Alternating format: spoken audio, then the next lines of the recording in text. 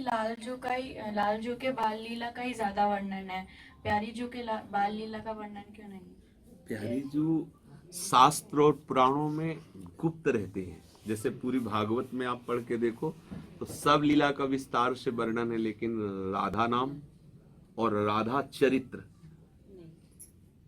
आगम निगम पुराण अगोचर, ये जो हमारी प्यारी जू का प्रेम रस है, अगोचर बात, इस सबके बस के ना अधिकार होता है ना। ऐश्वर्य की उपासना, ठाकुर जी की उपासना, मोक्ष की चाहना, कामना की पूर्ति, हर तरह के साधन वर्णन किए गए शास्त्रों में। लेकिन राधा दास्य की प्राप्ति, राधा रस की प्राप्ति के लिए पर्सनल श्री जी की सहचरियां आती, वो इसका वर्णन करती है। तो अब जब तक हमारे हृदय में पुरुषत्व का भाव है, पुरुष भाव है या स्त्री भाव है या जागतिक भाव है, तो राधा रस में बिल्कुल निषेध है प्रवेश करना, बिल्कुल। इसीलिए राधा जस की चर्चा नहीं की गई, क्योंकि वो लालजू के हृदय का गुप्त धन है। लाल रंगीलो गाये ताते प्रीति रंगीली पाई, लालजू के चरित्र गाओ तो वो कृपा करेंगे, तो रंगीली लाडली का चरणारविंद का अनुराग देंगे, तब लाडली जू के विषय में कोई समझ सकता है। लाडली जू जानते हो क्या है? लालजू के हृदय का गुप्त प्रेम धन है, लालजू का आह्लाद ही लाडली जू है। तो पहले लालजू की भक्ति करे, लालजू की भक्ति के प्रताप से लाडली जू में पहुंच होती, समझ में आया? इसीलिए हर शास्त्र पुराण वेद आदि जितने भी वर्णन है वो सब लालजू का ही वर्णन करते हैं। लाडली जू लालजू के हृदय का मूर्तिमान प्रेम है, और वो प्रेम का मूर्तिमान किशोरी वृंदावन में विराजमान है। उनकी बहुत कम कोई अधिकारी पुरुष उस रस को अब जैसे लालजू का स्नान सब जगह, लालजू की सेवा, लेकिन लाडली जू का स्नान कराने की सामर्थ्य सबकी थोड़ी है। इसीलिए फिर भाव को गुप्त रख करके इस मार्ग में चलाने के लिए आचार्यों ने गुप्त वाणियों का रचना की। हमारी प्यारी जू और प्यारी जू का विलास अगर एक पद में गायन करें तो बहुत बिरला ही कोई होगा जिसकी समझ में आवे, नहीं तो ये सब समझ की परे की बात, क्योंकि जागतिक समझ जब तक मिटेगी नहीं तब तक नित्य विहार रस की समझ आएगी नहीं। इसलिए प्यारी जू को गुप्त रखा गया। आगम निगम पुराण अगोचर, सहज माधुरी रूप निधिम,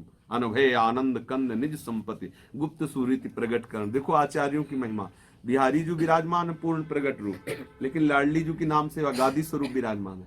राधा वल्लभ जो विराजमान है, लेकिन बगल में लाडली जू की गादी सेवा, लाडली जू का प्रगट रूप नहीं विराजमान, गुप्त कर दिया गया गादी सेवा, क्योंकि जब तक अधिकार नहीं तब तक आगे बढ़ना नहीं। इसीलिए लाडली जू का हर इतना महामहिमा में श्रीमद् भागवत पुराण कहीं भी लाडली जू का आप चरित्र नहीं देखेंगे। जरा सा संकेत होता है कि लालजू की आराधिका, ऐसा इशारा करते हैं श्री शुक्राचार्य, लालजू की आराधिका होगी जो प्रीतम उसको एकांत में लेके गए, बस इतना संकेत करते हैं।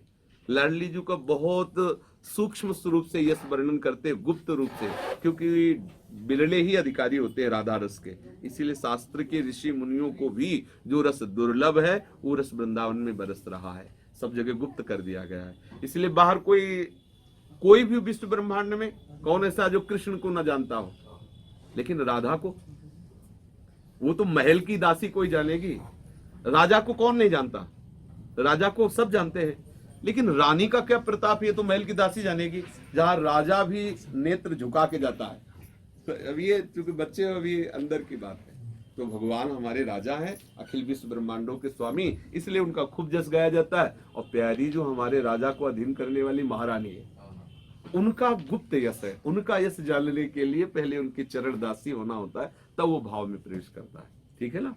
अब बरसाने में श्री जी का जस गाया गया प्रकट होने का बहुत सूक्ष्म, और लालजू का देखो पुराणों में खूब गाया गया। राधा जस बहुत गुप्त किया गया है, और कोई भाग्यवान महाभाग्यशाली ही राधा जस का अधिकारी बनता है।